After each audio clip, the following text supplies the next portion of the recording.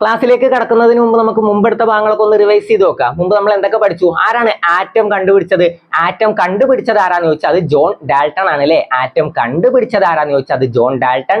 ആറ്റത്തിന് പേര് നിർദ്ദേശിച്ച വ്യക്തി ആരാന്ന് ചോദിച്ചാൽ അതാരാണ്? അത് ഓസ്റ്റ്വാൾട്ട് ആണ്. ഓക്കെ, ആറ്റത്തിന് പേര് നിർദ്ദേശിച്ച വ്യക്തി ആരാന്ന് ചോദിച്ചാൽ അത് ഓസ്റ്റ്വാൾട്ട് ആണ്.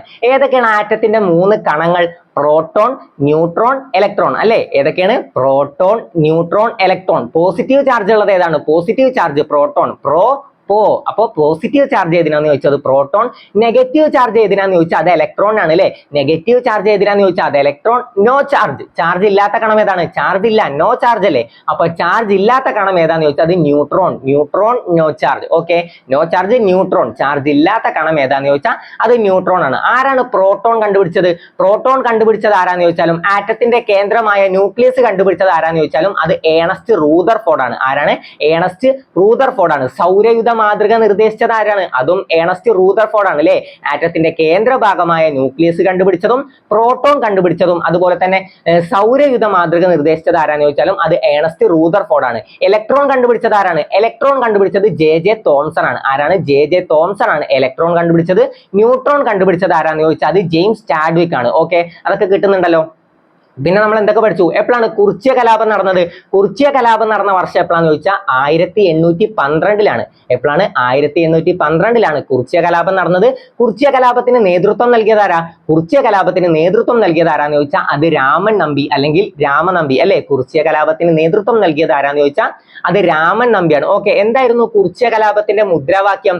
വട്ടത്തൊപ്പിക്കാരെ പുറത്താക്കുക. എന്താണ്? വട്ടത്തൊപ്പിക്കാരെ പുറത്താക്കുക. ആരാണ് നികുതി ഏർപ്പെടുത്തിയത്? നികുതി ഏർപ്പെടുത്തിയത് ആരാന്ന് ചോദിച്ചാൽ അത് തോമസ് വാർഡൻ ആണ്. ആരാണ്? തോമസ് വാർഡൻ ആണ്. എപ്പോഴാണ് കുണ്ടറ വിളംബരം നടന്നത്?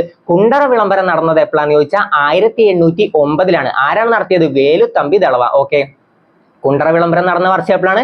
1809 കുറിച്യ കലാപം നടന്നത് 1812 ഒന്നാം പഴശ്ശി കലാപം നടന്നത് എപ്പോഴാണ്? ഒന്നാം പഴശ്ശി കലാപം എന്ന് ചോദിച്ചാൽ 1793 മുതൽ 1797 വരെയാണ്. ഓക്കെ, ഒന്നാം പഴശ്ശി കലാപം 1793 മുതൽ 1797 വരെയാണ്. ഒന്നാം പഴശ്ശി കലാപത്തിന്റെ പ്രധാന കേന്ദ്രം ഏതാന്ന് ചോദിച്ചാൽ നമ്മൾ ഏത് പറയും? പുരളിമല. ഏതാണ്? പുരളിമല അല്ലെ. രണ്ടാം പഴശ്ശി കലാപം നടന്നത് എപ്പോഴാണ്? 1800 മുതൽ 1805 വരെയാണ്. 1800 മുതൽ 1805 വരെയാണ്. രണ്ടാം പഴശ്ശി കലാപ സമയത്തെ തലശ്ശേരി സബ് കളക്ടർ ആരാ? തലശ്ശേരി സബ് കളക്ടർ നമ്മൾ എങ്ങനെ പഠിച്ചു? തലശ്ശേരി, തലയിലല്ലേ മുടി വെട്ടുന്നത് ആരാണ്? ബാർബർ. അപ്പൊ TH Baber, Thomas Harvey Baber ആണ് രണ്ടാം പഴശ്ശി കലാപ സമയത്തെ തലശ്ശേരി സബ് കളക്ടർ. അപ്പൊ അത് കിട്ടുന്നുണ്ടല്ലോ. പിന്നെ നമ്മൾ എന്തൊക്കെ പഠിച്ചു? രണ്ടാം പഴശ്ശി കലാപ സമയത്തെ ബ്രിട്ടീഷ് പട്ടാള സൈന്യാധിപൻ ആരാണ്? അത് ആർത്തർ വെല്ലസ്ലി ആണ് അല്ലെ. ആരാണ്? Arthur Wellesley. Duke of Wellington എന്നറിയപ്പെടുന്നത് ആരാന്ന് ചോദിച്ചാൽ അത് ആർത്തർ വെല്ലസ്ലി ആണ്. ആരാണ് പഴശ്ശിയെ കേരള സിംഹം എന്ന് വിശേഷിപ്പിച്ചത്? അത് സർദാർ KM പണിക്കരാണ്. പഴശ്ശിയെ കേരള സിംഹം എന്ന് വിശേഷിപ്പിച്ചത് ആരാന്ന് ചോദിച്ചാൽ സർദാർ KM പണിക്കരാണ്. എവിടെയാണ് പഴശ്ശി സ്മാരകം സ്ഥിതി ചെയ്യുന്നത്? പഴശ്ശി സ്മാരകം സ്ഥിതി ചെയ്യുന്നത് എവിടെയെന്ന് ചോദിച്ചാൽ അത് മാനന്തവാടി. ഓക്കെ, മാനന്തവാടിയിലാണ് പഴശ്ശി സ്മാരകം സ്ഥിതി ചെയ്യുന്നത്. കിട്ടുന്നുണ്ടല്ലോ, എല്ലാ ഭാഗം കിട്ടുന്നുണ്ടല്ലോ. പിന്നെ നമ്മൾ എന്തൊക്കെ പഠിച്ചു? ഉപ്പ് സത്യാഗ്രഹം. എപ്പോഴാണ് ഉപ്പ് സത്യാഗ്രഹം നടന്നത്? 1930 അങ്ങനെയല്ല നമ്മൾ പഠിച്ചത്. അപ്പൊ 1930 ഉപ്പ് സത്യാഗ്രഹം നടന്നത്. ഉപ്പ് സത്യാഗ്രഹത്തിന് കേരളത്തിൽ നേതൃത്വം നൽകിയത് ആരാണ്? അത് K കേളപ്പനാണ് അല്ലെ. കേരള ഗാന്ധി എന്നറിയപ്പെടുന്നത് ആരാണ്? കേരള ഗാന്ധി. കേരള വെട്ടിക്കളഞ്ഞ കേരള ഗാന്ധി K കേളപ്പൻ. ഓക്കെ, കേരള ഗാന്ധി ആരാന്ന് ചോദിച്ചാൽ K കേളപ്പനാണ്. ആരാണ് അതിർത്തി ഗാന്ധി? അതിർത്തി ഗാന്ധി ആരാണ്? ഖാൻ അബ്ദുൽ ഗാഫർ ഖാൻ ആണ് അല്ലെ. ഖാൻ അബ്ദുൽ ഗാഫർ ഖാൻ ആണ് അതിർത്തി ഗാന്ധി അല്ലെ. 2 ഖാനിന്റെ ഇടയിലുള്ള അതിർത്തിയാണ് അബ്ദുൽ ഗാഫർ ഖാൻ. അബ്ദുൽ ഗാഫർ ഖാൻ. അപ്പൊ രണ്ടിന്റെ അതിർത്തിയിൽ അബ്ദുൽ ഗാഫർ. അങ്ങനെ കണക്ട് ചെയ്ത് വെച്ചാൽ എന്ത് കിട്ടും? ഖാൻ അബ്ദുൽ ഗാഫർ ഖാൻ. പിന്നെ നമ്മൾ എന്ത് പഠിച്ചു? മയ്യഴി ഗാന്ധി ആരാണ്? അത് IK കുമാരൻ മാസ്റ്റർ ആണ് അല്ലെ. മയ്യഴി ഗാന്ധി ആരാന്ന് ചോദിച്ചാൽ IK കുമാരൻ മാസ്റ്റർ. പിന്നെ നമ്മൾ എന്തൊക്കെ പഠിച്ചല്ലോ? ചമ്പാരൻ സത്യാഗ്രഹം ഗാന്ധിജി നടത്തി. ഗാന്ധിജിയുടെ നേതൃത്വത്തിൽ നടന്ന ആദ്യ സത്യാഗ്രഹം ഏതാന്ന് ചോദിച്ചാൽ അതേതാണ്? ചമ്പാരൻ സത്യാഗ്രഹം. ആദ്യ നിരാഹാര സമരം ഏതാന്ന് ചോദിച്ചാൽ അത് അഹമ്മദാബാദ് തുണിമിൽ സമരം അല്ലെ. ഏതാണ്? അഹമ്മദാബാദ് തുണിമിൽ സമരം. എപ്പോഴാണ് മലബാർ കലാപം നടന്നത്? മലബാർ കലാപം നടന്നത് 1921 അല്ലെ. മലബാർ കലാപം നടന്നത് 1921. മലബാർ കലാപത്തിന് പെട്ടെന്നുണ്ടായ കാരണം ഏതാന്ന് ചോദിച്ചാൽ ഏതാണ്? അത് പൂക്കോട്ടൂർ ലഹളയാണ്. മലബാർ കലാപത്തിന്റെ പെട്ടെന്നുണ്ടായ കാരണം എന്താന്ന് ചോദിച്ചാൽ അത് പൂക്കോട്ടൂർ ലഹള. ഓക്കെ, മലബാർ കലാപത്തെ ആസ്പദമാക്കി ദുരവസ്ഥ എന്ന കൃതി രചിച്ചത് ആരാണ്? ദുരവസ്ഥ എന്ന കൃതി രചിച്ചത് ആരാന്ന് ചോദിച്ചാൽ അത് കുമാരനാശാൻ. സുന്ദരികളും സുന്ദരന്മാരും എന്ന കൃതി രചിച്ചത് ആരാന്ന് ചോദിച്ചാൽ അത് ഉറൂബാണ്. കിട്ടുന്നുണ്ടല്ലോ. അപ്പൊ അതുപോലെ തന്നെ മലബാർ മാനുവൽ എന്ന പുസ്തകം രചിച്ചത് ആരാണ്? മലബാർ മാനുവൽ എന്ന പുസ്തകം രചിച്ചത് ആരാന്ന് ചോദിച്ചാൽ അത് വില്യം ലോഗൻ. ആരാണ്? William Logan. മാപ്പിള കലാപങ്ങളെ കുറിച്ച് അന്വേഷിക്കാൻ നിയമിച്ച കമ്മീഷനാണ് വില്യം ലോഗൻ കമ്മീഷൻ. മലബാർ കലാപത്തെ കുറിച്ച് അന്വേഷിക്കാൻ നിയമിച്ച കമ്മീഷനാണ് ടി.എൽ. Strange commission. അതുപോലെ തന്നെ വാഗൺ ട്രാജഡിയെ കുറിച്ച് അന്വേഷിക്കാൻ നിയമിച്ച കമ്മീഷനാണ് എ.ആർ. Knapp commission. ഓക്കെ, മാറിപ്പോരുത്. വാഗൺ ട്രാജഡിയെ കുറിച്ച് അന്വേഷിക്കാൻ നിയമിച്ച commission A R. Knapp commission. Mappila കലാപങ്ങൾ വില്യം ലോഗൻ കമ്മീഷൻ. മലബാർ കലാപത്തെ കുറിച്ച് അന്വേഷിക്കാൻ നിയമിച്ചത് ടി.എൽ. Strange commission. മാറരുത് കേട്ടോ. അതുപോലെ തന്നെ വാഗൺ ട്രാജഡി റിപ്പോർട്ട് ചെയ്ത സ്റ്റേഷൻ ഏതാണ്? പോത്തന്നൂർ സ്റ്റേഷൻ. കോയമ്പത്തൂരിനടുത്തുള്ള പോത്തന്നൂർ സ്റ്റേഷൻ ആണ്. ബ്ലാക്ക് ഹോൾ ഓഫ് പോത്തന്നൂർ എന്ന് വാഗൺ ട്രാജഡിയെ വിശേഷിപ്പിച്ചത് ആരാന്ന് ചോദിച്ചാൽ അത് സുമിത് സർക്കാരാണ്. ആരാണ്? സുമിത് സർക്കാർ. അവിടെ മാറിപ്പോയുള്ള ഒരു ഫാക്ട് ഇല്ലേ, ഒന്ന് സുമിത് സർക്കാർ. വാഗൺ ട്രാജഡിയെ ബ്ലാക്ക് ഹോൾ ഓഫ് പോത്തന്നൂർ എന്ന് വിശേഷിപ്പിച്ചത് ആരാന്ന് ചോദിച്ചാൽ സുമിത് സർക്കാർ. അതുപോലെ തന്നെ പഴശ്ശിയെ കേരള സിംഹം എന്ന് വിശേഷിപ്പിച്ചത് ആരാന്ന് ചോദിച്ചാൽ സർദാർ കെ.എം. പണിക്കർ. അതുപോലെ തന്നെ 1857 വിപ്ലവത്തെ ഒന്നാം സ്വാതന്ത്ര്യ സമരം എന്ന് വിശേഷിപ്പിച്ചത് ആരാന്ന് ചോദിച്ചാൽ അത് VD. Savarkar. Okay, VD. Savarkar. 1857 വിപ്ലവത്തെ ഒന്നാം സ്വാതന്ത്ര്യ സമരം എന്ന് വിശേഷിപ്പിച്ചത് ആരാണ്? വി.ഡി. സവർക്കർ ആണ്. പിന്നെ അതുപോലെ തന്നെ വാഗൺ ട്രാജഡിയെ ബ്ലാക്ക് ഹോൾ ഓഫ് പോത്തന്നൂർ എന്ന് വിശേഷിപ്പിച്ചത് ആരാന്ന് ചോദിച്ചാൽ അത് സുമിത് സർക്കാർ. പഴശ്ശിയെ കേരള സിംഹം എന്ന് വിശേഷിപ്പിച്ചത് ആരാന്ന് ചോദിച്ചാൽ അത് സർദാർ കെ.എം. പണിക്കർ. മാറിപ്പോയത് കേട്ടോ. അപ്പൊ വാഗൺ ട്രാജഡി റിപ്പോർട്ട് ചെയ്ത സ്റ്റേഷൻ ഏതാന്ന് ചോദിച്ചാൽ അത് പോത്തന്നൂർ സ്റ്റേഷൻ ആണ്. എത്ര ആളുകളാണ് മരണപ്പെട്ടത്? 72 ആളുകളാണ് അല്ലെ. എത്രയാണ്? 72 ആളുകളാണ് മരണപ്പെട്ടത്. അപ്പൊ അതൊക്കെ ഓർമ്മ ഉണ്ടല്ലോ. പിന്നെ നമ്മൾ എന്തൊക്കെ പഠിച്ചു? കേരളത്തിൽ ബ്രിട്ടീഷുകാർക്കെതിരെ നടന്ന ആദ്യ സംഘടിത കലാപം ഏതാണ്? കേരളത്തിൽ ബ്രിട്ടീഷുകാർക്കെതിരെ നടന്ന ആദ്യ സംഘടിത കലാപം ഏതാണെന്ന് ചോദിച്ചാൽ ആറ്റിങ്ങൽ കലാപം. ആറ്റിങ്ങൽ കലാപത്തിൽ വധിക്കപ്പെട്ട ബ്രിട്ടീഷ് ഉദ്യോഗസ്ഥന്റെ പേരെന്താണ്? അത് ഗിഫോർഡ് ആണ് അല്ലെ. ആറ്റിങ്ങൽ കലാപത്തെ തുടർന്ന് വധിക്കപ്പെട്ട ബ്രിട്ടീഷ് ഉദ്യോഗസ്ഥനാണ് ഗിഫോർഡ്. ഇനി 1857 വിപ്ലവം പൊട്ടിപ്പുറപ്പെട്ടത് എവിടെ നിന്നാണ്? 1857 വിപ്ലവം പൊട്ടിപ്പുറപ്പെട്ടത് എവിടെ നിന്നാന്ന് ചോദിച്ചാൽ അത് മീററ്റിൽ നിന്നാണ്. ഓക്കെ, മീററ്റിൽ നിന്നാണ്. ആരാണ് ആദ്യ രക്തസാക്ഷി? ആദ്യ രക്തസാക്ഷി ആരാന്ന് ചോദിച്ചാൽ അത് മംഗൾ പാണ്ഡെയാണ് അല്ലെ. ആരാണ്? മംഗൾ പാണ്ഡെ. എന്തൊക്കെയാണ് വിശേഷണങ്ങൾ? 1857 വിപ്ലവം, ഒന്നാം സ്വാതന്ത്ര്യ സമരം, ശിപ്പായി ലഹള, ചപ്പാത്തി വിപ്ലവം എന്നൊക്കെ അറിയപ്പെടുന്നത് ഏതാണ്? അത് 1857 വിപ്ലവമാണ്. ഓക്കെ, അപ്പൊ ഒന്നാം സ്വാതന്ത്ര്യ സമരം എന്ന് വിശേഷിപ്പിച്ചത് ആരാന്ന് ചോദിച്ചാൽ അത് വി.ഡി. സവർക്കർ ആണ് കേട്ടോ. ആരാണ്? വി.ഡി. സവർക്കർ. ശിപ്പായി ലഹള എന്ന് വിശേഷിപ്പിച്ചത് ആരാന്ന് ചോദിച്ചാൽ അത് ബ്രിട്ടീഷുകാരാണ്. ഓക്കെ, ബ്രിട്ടീഷുകാരാണ് ശിപ്പായി ലഹള എന്ന് വിശേഷിപ്പിച്ചത്. എന്തായിരുന്നു 1857 വിപ്ലവത്തിന്റെ രഹസ്യ മുദ്ര? എന്താണ്? ചപ്പാത്തിയും ചുവന്ന താമരയും അല്ലെ. ചപ്പാത്തിയും ചുവന്ന താമരയുമാണ് 1857 വിപ്ലവത്തിന്റെ രഹസ്യ മുദ്ര. 1857 വിപ്ലവത്തിന്റെ ബുദ്ധി കേന്ദ്രം എന്നറിയപ്പെടുന്നത് ആരാണ്? അത് നാനാ സാഹിബാണ് അല്ലെ. നാനാ സാഹിബാണ്. എവിടെയാണ് അദ്ദേഹം നേതൃത്വം നൽകിയത്? കാൺപൂരിലെ നാനാ സാഹിബ്. കാൺപൂർ നാനാ സാഹിബാണ്. കാൺപൂരിൽ നേതൃത്വം നൽകിയത് ആരാന്ന് ചോദിച്ചാൽ നാനാ സാഹിബാണ്. നാനാ സാഹിബിന്റെ യഥാർത്ഥ നാമം എന്താണ്? ദോണ്ടു പന്ത് അല്ലേ. നാനാ സാഹിബിന്റെ യഥാർത്ഥ നാമം എന്താന്ന് ചോദിച്ചാൽ അത് ദോണ്ടു പന്ത്. ഓക്കെ, ദോണ്ടു പന്ത് എന്നാണ് നാനാ സാഹിബിന്റെ യഥാർത്ഥ നാമം. ഓക്കെ, 1857 വിപ്ലവത്തിന്റെ വന്ധ്യവയോധികൻ എന്നറിയപ്പെടുന്നത് ആരാണ്? 1857 വിപ്ലവത്തിന്റെ വന്ധ്യവയോധികൻ എന്നറിയപ്പെടുന്നത് കൻവർ സിംഗ് ആണ്. ആരാണ്? കൻവർ സിംഗ്. ഓക്കെ, ബീഹാറിൽ നേതൃത്വം നൽകിയത് ആരാന്ന് ചോദിച്ചാൽ അത് കൻവർ സിംഗ് ആണ് അല്ലെ. ഝാൻസി റാണി എവിടെയാണ്? ഝാൻസിയിൽ നേതൃത്വം നൽകിയത് ആരാന്ന് ചോദിച്ചാൽ റാണി ലക്ഷ്മിബായി. ഓക്കെ, റാണി ലക്ഷ്മിബായിയുടെ യഥാർത്ഥ നാമം എന്താണ്? അത് മണികർണിക. ഓക്കെ, മണികർണിക എന്നാണ് റാണി ലക്ഷ്മിബായിയുടെ യഥാർത്ഥ നാമം. വിപ്ലവകാരികളുടെ സമുന്നത നേതാവ് എന്ന് റാണി ലക്ഷ്മിബായിയെ വിശേഷിപ്പിച്ചത് ആരാന്ന് ചോദിച്ചാൽ അതാരാണ്? അത് ഹ്യൂഗോ റോസ് ആണ് അല്ലെ. വിപ്ലവകാരികളുടെ സമുന്നത നേതാവ് എന്ന് ഝാൻസി റാണിയെ വിശേഷിപ്പിച്ചത് ആരാന്ന് ചോദിച്ചാൽ അത് ഹ്യൂഗോ റോസ്. ഇരുണ്ട പശ്ചാത്തലത്തിലെ പ്രകാശമാനമായ ബിന്ദു എന്ന് ഝാൻസി റാണിയെ വിശേഷിപ്പിച്ചത് ആരാന്ന് ചോദിച്ചാൽ അത് ജവഹർലാൽ നെഹ്റു. മാറിപ്പോരുത് കേട്ടോ. ഇരുണ്ട പശ്ചാത്തലത്തിലെ പ്രകാശമാനമായ ബിന്ദു എന്ന് ഝാൻസി റാണിയെ വിശേഷിപ്പിച്ചത് ആരാന്ന് ചോദിച്ചാൽ അത് ജവഹർലാൽ നെഹ്റു ആണ്. ഗോളിയോറിലും നേതൃത്വം നൽകിയത് ആരാണ്? റാണി ലക്ഷ്മിബായി ആണ് കേട്ടോ. അപ്പൊ ഝാൻസിയിൽ ആരാണ്? റാണി ലക്ഷ്മിബായി. റാണി ലക്ഷ്മിബായിയുടെ യഥാർത്ഥ പേരെന്താണ്? മണികർണിക. ഓക്കെ, താന്തിയ തോപ്പിയുടെ യഥാർത്ഥ പേരെന്താണ്? താന്തിയ തോപ്പിയുടെ രാമചന്ദ്ര പാണ്ഡുരംഗ് അല്ലെ, രാമചന്ദ്ര പാണ്ഡുരംഗ് എന്നാണ് താന്തിയ തോപ്പിയുടെ യഥാർത്ഥ പേര്. അപ്പൊ എവിടേക്ക് ആരൊക്കെയാണെന്ന് കിട്ടിയോ? ഝാൻസിയിൽ ആരാണ്? റാണി ലക്ഷ്മിബായ്. നാനാ സാഹിബ് എവിടെയാണ്? കാൺപൂരിൽ നാനാ സാഹിബ്. ഡൽഹിയിൽ ആരാന്ന് ചോദിച്ചാൽ ഭക്ത് ഖാൻ, ബഹദൂർ ഷാ രണ്ടാമൻ, ഇവർ രണ്ടാളുമാണ്. പിന്നെ ലക്നൌവിൽ ആരാണ്? ബീഗം ഹസ്രത്ത് മഹൽ. ഫൈസാബാദിൽ ആരാന്ന് ചോദിച്ചാൽ മൗലവി അഹമ്മദുള്ള. മീററ്റിൽ ആരാന്ന് ചോദിച്ചാൽ അത് കദം സിംഗ് ആണ്. മീററ്റിലാണ് വിപ്ലവം പൊട്ടിപ്പുറപ്പെട്ടത്. അപ്പൊ മീററ്റിൽ നേതൃത്വം നൽകിയത് ആരാണ്? കദം, ടാറ്റ, ബൈ ബൈ, അങ്ങനെ പഠിച്ച എന്ത് കിട്ടും? കദം സിംഗ് ആണ് മീററ്റിൽ നേതൃത്വം നൽകിയത്. മാറിപ്പോയത് കേട്ടോ. അപ്പൊ മീററ്റിൽ നേതൃത്വം നൽകിയത് ആരാണ്? കദം സിംഗ് ആണ്. എല്ലാം കിട്ടുന്നുണ്ടല്ലോ, എല്ലാ ഭാഗം ക്ലിയർ അല്ലേ? അപ്പൊ നമുക്ക് ഇന്നത്തെ വീഡിയോയിലേക്ക് കിടക്കാം. ആവർത്തന പട്ടിക വളരെ ഇമ്പോർട്ടന്റ് ആയിട്ടുള്ള ഒരു ഭാഗമാണ് അല്ലേ ആവർത്തന പട്ടിക. ആവർത്തന പട്ടികയുടെ പിതാവ് ആരാണ്? അത് ദിമിത്രി മെൻഡലേവ് ആണ്. ഓക്കെ, ദിമിത്രി മെൻഡലേവ് ആണ് ആവർത്തന പട്ടികയുടെ പിതാവ് എന്നറിയപ്പെടുന്നത്. എന്നാൽ ആധുനിക ആവർത്തന പട്ടികയുടെ പിതാവ് ആരാന്ന് ചോദിച്ചാൽ അത് ഹെൻറി മോസ്ലി ആണ്. ആരാണ്? Henry Moseley. ആവർത്തന പട്ടികയുടെ പിതാവ് എന്നാണ് ചോദിക്കുന്നതെങ്കിൽ അത് ദിമിത്രി മെൻഡലേവ് ആണ്. ആധുനിക ആവർത്തന പട്ടികയുടെ എന്നാണ് ചോദിക്കണമെങ്കിൽ അത് ഹെൻറി മോസ്ലി ആണ്. മാറിപ്പോകില്ലല്ലോ. അപ്പൊ ആവർത്തന പട്ടികയുടെ പിതാവ് ആരാണ്? ദിമിത്രി മെൻഡലേവ് ആണ് കേട്ടോ. ആരാണ്? ദിമിത്രി മെൻഡലേവ്. ആധുനിക ആവർത്തന പട്ടികയുടെ ആരാന്ന് ചോദിച്ചാൽ അത് ഹെൻറി മോസ്ലി. അപ്പൊ ആവർത്തന പട്ടികയുടെ പിതാവ് ആരാണ്? ദിമിത്രി മെൻഡലേവ് ആണ്.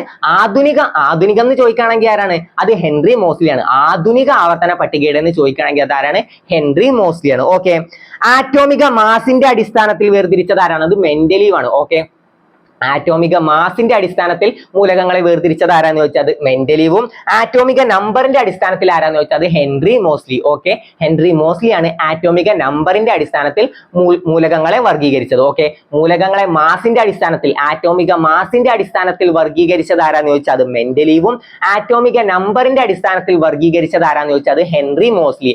ആവർത്തന പട്ടികയുടെ പിതാവ് ആരാന്ന് ചോദിച്ചാൽ അത് മെൻഡലേവ്. ആധുനിക ആവർത്തന പട്ടികയുടെ പിതാവ് ആരാന്ന് ചോദിച്ചാൽ അത് ഹെൻറി മോസ്ലി. ഓക്കെ, മറന്നു പോരുത് കേട്ടോ.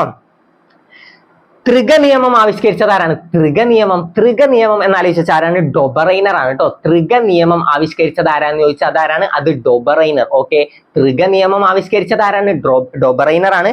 അഷ്ടക നിയമം ആവിഷ്കരിച്ചത് ആരാന്ന് ചോദിച്ചാൽ അത് ന്യൂലാൻഡ്സ് ആണ്. ആരാണ്? ന്യൂലാൻഡ്സ് ആണ്. ന്യൂലാൻഡ് എന്നൊന്നല്ല, ന്യൂലാൻഡ്സ്. ഓക്കെ, അഷ്ടക നിയമം ആവിഷ്കരിച്ചത് ആരാന്ന് ചോദിച്ചാൽ അത് ന്യൂലാൻഡ്സ് ആണ്. ഓക്കെ, അപ്പൊ ത്രിക നിയമം ആവിഷ്കരിച്ചത് ആരാണ്? അത് ഡൊബറൈനർ. ഓക്കെ, ത്രിക നിയമം ആവിഷ്കരിച്ചത് ഡൊബറൈനർ, അഷ്ടക നിയമം ന്യൂലാൻഡ്സ്. ഇപ്പൊ നമ്മൾ എന്തൊക്കെ പഠിച്ചു?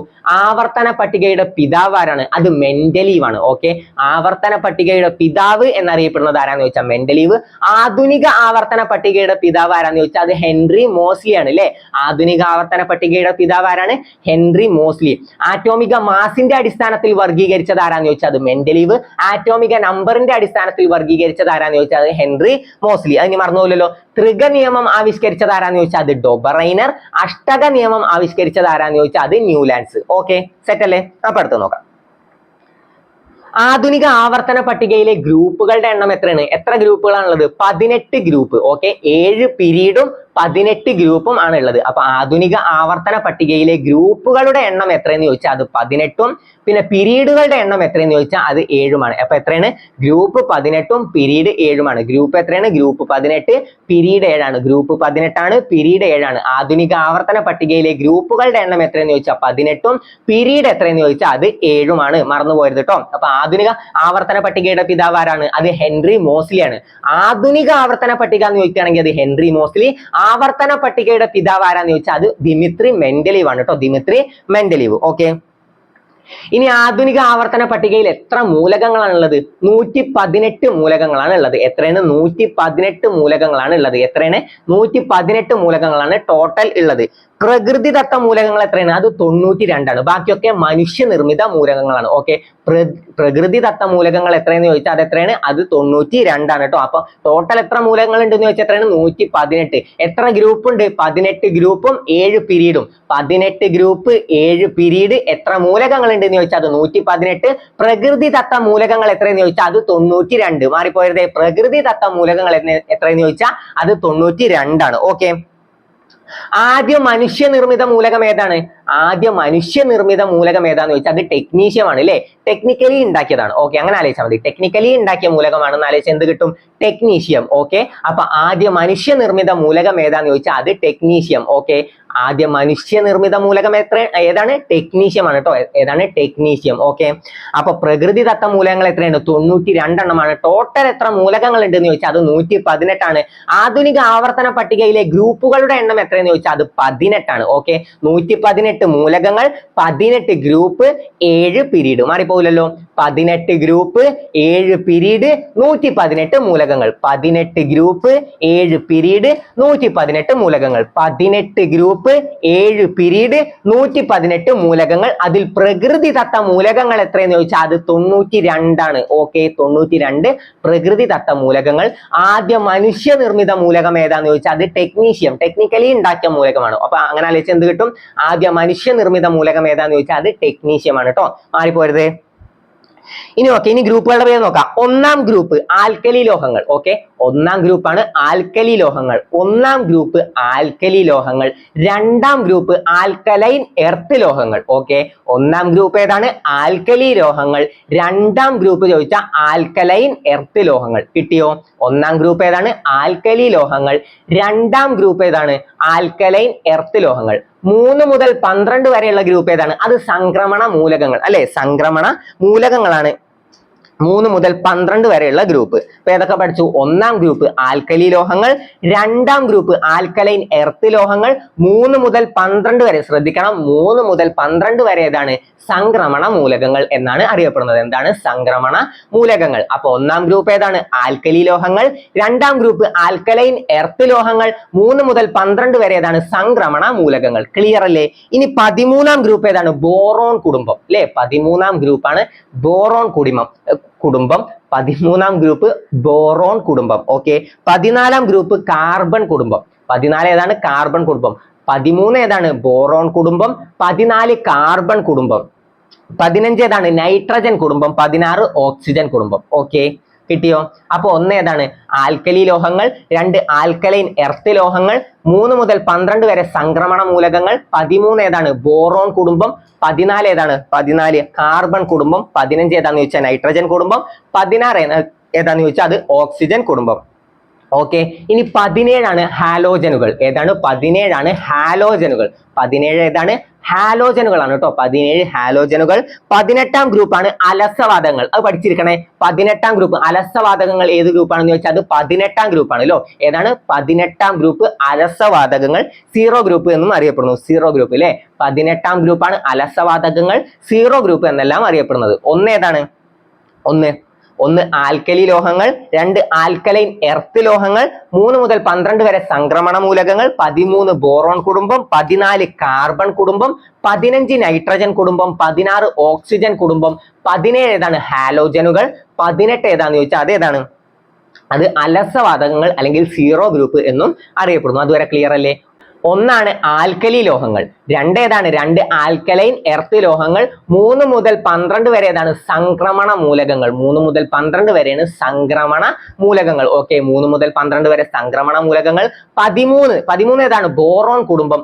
14 ഏതാണ്? 14 കാർബൺ കുടുംബമാണ് അല്ലെ. 14 ഏതാന്ന് ചോദിച്ചാൽ അത് കാർബൺ കുടുംബം. 15 നൈട്രജൻ കുടുംബം. ഓക്കെ, 15 നൈട്രജൻ കുടുംബം. 16 ഓക്സിജൻ കുടുംബം. 17 ഏതാന്ന് ചോദിച്ചാൽ ഹാലോജനുകൾ. 18 അലസവാതകങ്ങൾ. ഓക്കെ, അതുവരെ ക്ലിയർ അല്ലേ? സെറ്റ് അല്ലേ? ഇനി മാറിപ്പോയില്ലല്ലോ. അപ്പൊ ഒന്ന് ഏതാണ്? ഒന്ന് കിട്ടുന്നുണ്ടോ? ഒന്ന് ഏതാണ്? നോക്ക്, ഒന്ന് ഏതാണ്? കിട്ടിയോ? ഒന്ന് കിട്ടിയില്ലേ? ഒന്ന് ഏതാണ്? ആൽക്കലി. 1 ആൽക്കലി ആണെങ്കിൽ 2 ആൽക്കലൈൻ എർത്ത് ലോഹങ്ങൾ. 1 ആൽക്കലി, 2 ആൽക്കലൈൻ എർത്ത് ലോഹങ്ങൾ. 3 മുതൽ 12 വരെ ഏതാന്ന് ചോദിച്ചാൽ അത് സംക്രമണ മൂലകങ്ങൾ. ഓക്കെ, 13 ഏതാന്ന് ചോദിച്ചാൽ ബോറോൺ കുടുംബം. 14 ഏതാണ്? 14 ഏതാണ്? കാർബൺ കുടുംബമാണ് അല്ലെ. 14 കാർബൺ കുടുംബം. 15 നൈട്രജൻ കുടുംബം. 16 ഓക്സിജൻ കുടുംബം. 17 ഏതാന്ന് ചോദിച്ചാൽ ഹാലോജനുകൾ. 18 ഏതാണ്? അലസവാതകങ്ങൾ. അതുവരെ പെർഫെക്റ്റ് അല്ലേ? ക്ലിയർ അല്ലേ? അപ്പൊ നമുക്ക് അടുത്ത ഭാഗം നോക്കാം. അടുത്തത് ദിശ നിർണയമാണ് കേട്ടോ. ഏതാണ്? ദിശ നിർണയം. രാജു ഒരു സ്ഥലത്ത് നിന്നും 20 മീറ്റർ കിഴക്കോട്ട് സഞ്ചരിച്ച ശേഷം ഇടത്തോട്ട് തിരിഞ്ഞ് 15 മീറ്റർ സഞ്ചരിക്കുന്നു. അതിനുശേഷം വലത്തോട്ട് തിരിഞ്ഞ് 25 മീറ്റർ സഞ്ചരിക്കുന്നു. വീണ്ടും വലത്തോട്ട് തിരിഞ്ഞ് 15 മീറ്റർ സഞ്ചരിച്ചാൽ രാജു യാത്ര തിരിച്ചിടത്തു നിന്നും എത്ര അകലത്തിലാണ്? അത് നമുക്ക് എങ്ങനെ കണ്ടുപിടിക്കാം? അതിനാദ്യം നമുക്ക് ദിശ അറിയണ്ടേ? ഏതൊക്കെ ദിശ അറിയണം? വടക്ക്, തെക്ക്, കിഴക്ക്, പടിഞ്ഞാറ്. ഓക്കെ, അത് നമുക്ക് എങ്ങനെ കണക്ട് ചെയ്യാം? വടക്ക് മുമ്പിലാണ്, വടക്ക് നമ്മുടെ നേരുള്ളതാണ് വടക്ക്. ഓക്കെ, വടക്ക് വാടാ. ഓക്കെ, ലൂസിഫറിൽ മോഹൻലാൽ വിളിക്കണില്ലേ വാടാ, അങ്ങനെ വിളിക്കണില്ലേ? അപ്പൊ അങ്ങനെ കണക്ട് ചെയ്ത് വെച്ച് എന്ത് കിട്ടും? വടക്ക്, വാടാന്ന് ആലോചിച്ച വടക്ക്. ഓക്കെ, ഇനി തെക്ക്, വടക്കിന്റെ ഓപ്പോസിറ്റ് തെക്ക്. ഇങ്ങനെ താടാന്ന് എന്തെങ്കിലും ആലോചിച്ചാൽ മതി കേട്ടോ. വടക്കിന്റെ ഓപ്പോസിറ്റ് ആണ് നിങ്ങൾക്ക് തെക്ക് എന്ന് അറിഞ്ഞാൽ മതി. വടക്ക് നമ്മൾ എങ്ങനെ പഠിക്കണം? വാടാ. ഓക്കെ, അങ്ങനെ പഠിച്ച എന്ത് കിട്ടും? വടക്ക് മുമ്പിലാണ്, വാടാ വടക്ക്. ഓക്കെ, വടക്കിന്റെ ഓപ്പോസിറ്റ് തെക്ക്. പിന്നെ നമ്മൾ എന്ത് പഠിച്ചു? കിഴക്കല്ലേ? കിഴക്ക് എങ്ങനെ ആലോചിക്കണം? കഴിക്കുന്ന കൈ ഏതാണ്? വലത്തെ കൈയല്ലേ? അപ്പൊ വലത്തെ സൈഡിലാണ് കിഴക്ക്. അതും കിട്ടിയോ? കിഴക്ക് എവിടെയാണ്? കിഴക്ക് വലത്, വലത്തെ കൈ കൊണ്ടാണ് കഴിക്കുന്നത്. അപ്പൊ കിഴക്ക്, കിഴക്കിന്റെ ഓപ്പോസിറ്റ് പടിഞ്ഞാറ്. അതുവരെ ക്ലിയർ ആണോ? വടക്ക് മുമ്പിലാണേ. വടക്ക് എങ്ങനെ ആലോചിക്കണം? വാടാ. ഓക്കെ, വടക്ക് മുമ്പിലാണ്, അതിന്റെ ഓപ്പോസിറ്റ് ബാക്കിലായിട്ടാണ് തെക്ക്, വലത്തെ സൈഡിലാണ് കിഴക്ക്, ഇടത്തെ സൈഡിലാണ് പടിഞ്ഞാറ്. പെർഫെക്റ്റ് അല്ലേ? ഓക്കെ അല്ലേ? ഇനി നമുക്ക് നോക്കാം. രാജു ഒരു സ്ഥലത്ത് നിന്നും 20 മീറ്റർ കിഴക്കോട്ട് സഞ്ചരിച്ച ശേഷം 20 മീറ്റർ. ഓക്കെ, 20 മീറ്റർ കിഴക്കോട്ടാണ് സഞ്ചരിച്ചത്. ഇടത്തോട്ട് തിരിഞ്ഞ് 15, ഇങ്ങോട്ടൊരു 15. ഓക്കെ, ഇങ്ങോട്ടൊരു 15 മീറ്ററും അതിനുശേഷം വലത്തോട്ട് തിരിഞ്ഞ് 25 മീറ്റർ. 25 മീറ്റർ ഇത് അങ്ങോട്ടോ, 25 മീറ്റർ വലത്തോട്ട്. 25 കിട്ടുന്നുണ്ടല്ലോ, കാണുന്നില്ലേ? പേന യൂസ് ചെയ്യാൻ പറ്റുമോ? കിട്ടണോ?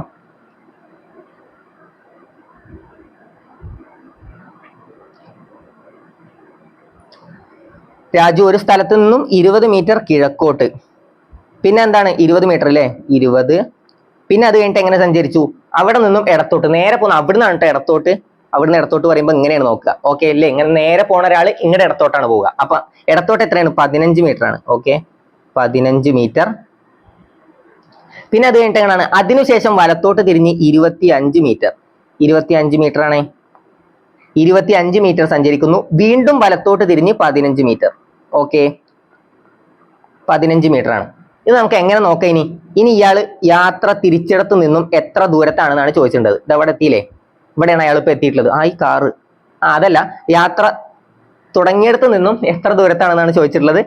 ഇവിടെ തൊട്ടിട്ട് എത്ര ദൂരം ഉണ്ട് അത് നമുക്ക് എങ്ങനെ നോക്കാം? ആദ്യം ഇവിടെ ഒരു 20 മീറ്റർ ഇല്ലേ? ഈ 20 മീറ്റർ പ്ലസ് ഇവിടെ ഒരു 25 മീറ്ററും ഇല്ലേ? അപ്പൊ ഈ 25 മീറ്ററിനല്ലേ താഴെയും വരിക. അങ്ങനെ ആലോചിച്ചാൽ നമുക്ക് എന്ത് കിട്ടും? 20 + 25 45 ആണ് നമ്മുടെ ഉത്തരം. പെർഫെക്റ്റ് ആയോ? കിട്ടിയോ? ഒരു വട്ടം കൂടി പറഞ്ഞു തരണോ? ഒരു വട്ടം കൂടി നോക്കാം. കാറില് നമുക്ക് വരക്കാനൊക്കെ നല്ല കഴിവാ. ഇതാണ് കാറ്. നമുക്ക് അടുത്ത് നോക്കാം. നമുക്ക് ഒന്നും കൂടി ഒന്ന് റിപ്പീറ്റ് ചെയ്ത് നോക്കാം. എങ്ങനെയാണ് പഠിച്ചത്? നമുക്ക് കിഴക്കും പടിഞ്ഞാറൊക്കെ കിട്ടിയല്ലോ.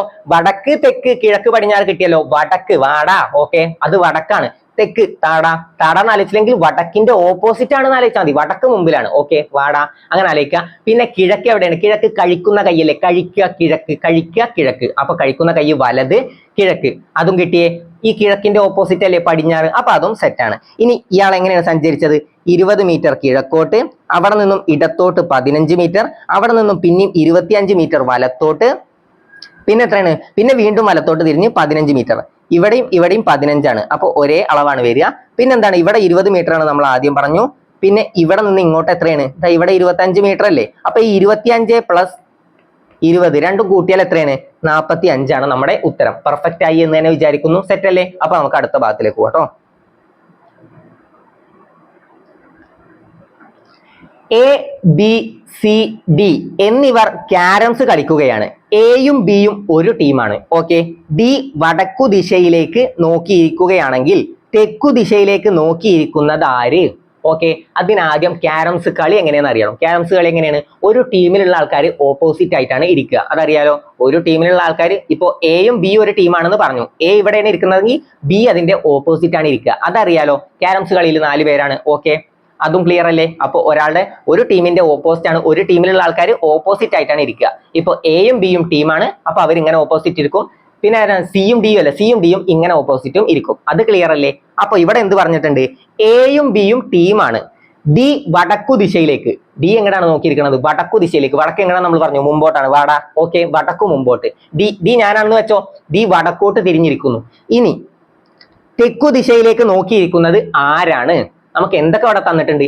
എയും ബിയും ഒരു ടീമാണ്. ഓക്കെ, അപ്പൊ അവർക്ക് ഇതിലൊരു ബന്ധമില്ല. കാരണം ഇവിടെ ഡി എങ്ങടാണ് തിരിഞ്ഞിരിക്കുന്നത് എന്ന് പറഞ്ഞു, ഡി വടക്കോട്ടാണ് തിരിഞ്ഞിരിക്കുന്നത്. അപ്പൊ എന്റെ ഓപ്പോസിറ്റ് ഇരിക്കുന്നത് നിങ്ങളല്ലേ, ഞാനാണ് ഡി. അപ്പൊ എന്റെ ഓപ്പോസിറ്റ് ഇരിക്കുന്ന നിങ്ങൾ തെക്കോട്ട് തിരിഞ്ഞിരിക്കുന്നു, നിങ്ങൾ ഇങ്ങോട്ട് നോക്കിയിരിക്കുകയാണ്, എന്റെ ബാക്കിലോട്ട് തെക്കാണ്. ഓക്കെ, ഞാൻ അങ്ങോട്ട് നോക്കുമ്പോൾ വടക്കും, വടക്കോട്ട് നോക്കി ഡി ഇരിക്കുന്നെങ്കിൽ ആരാണ് തെക്കോട്ട് നോക്കിയിരിക്കുന്നത്? നിങ്ങളാണ് സി.